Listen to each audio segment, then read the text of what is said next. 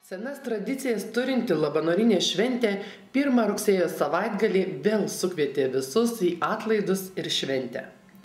Nedidelėme Labanoro miestelėje švenčiausios mergelės Marijos gimimui skirti atlaidai pradėti švęsti daugiau nei prieš 600 metų.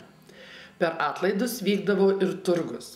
Ilgainiui garsas apie Labanore vykstančius atlaidus pasklido gana plačiai ir vadinti juos imta tiesiog Labanorinės atlaidais, kiek vėliau atsirado ir šventė.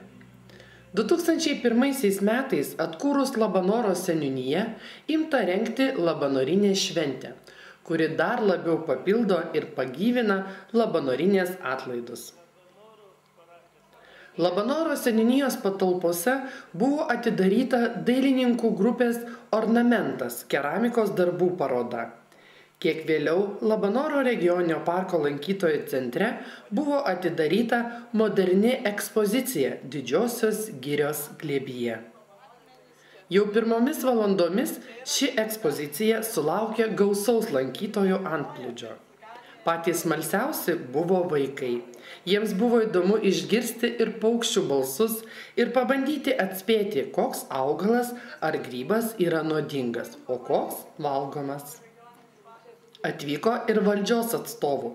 Lietuvos Respublikos Seimo pirmininkė Loreta Graužinienė, Lietuvos Respublikos Seimo narys Petras Čimbaras, Švenčionių rajono meras Vytautas Vigelis, vicemerė Raja Krupenina, administracijos direktorė Vida Rastenienė, direktorės pavaduotojas Andrius Šarėjus, kultūros švietimo, jaunimo ir sporto skyriaus vedėja Danutė Vigelienė bei rajono tarybos nariai.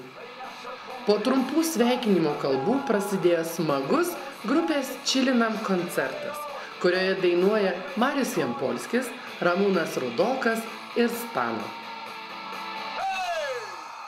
Fantastiškai malonu, iš tikrųjų, na kągi, aš manau, kad pats metas čia ir dešiniai, ir kairiai pusėje suorganizuoti šokių aikšteles tokias, ne kaip gegužiniai. Jūs drąsiau ateikit prie mūsų mažulės.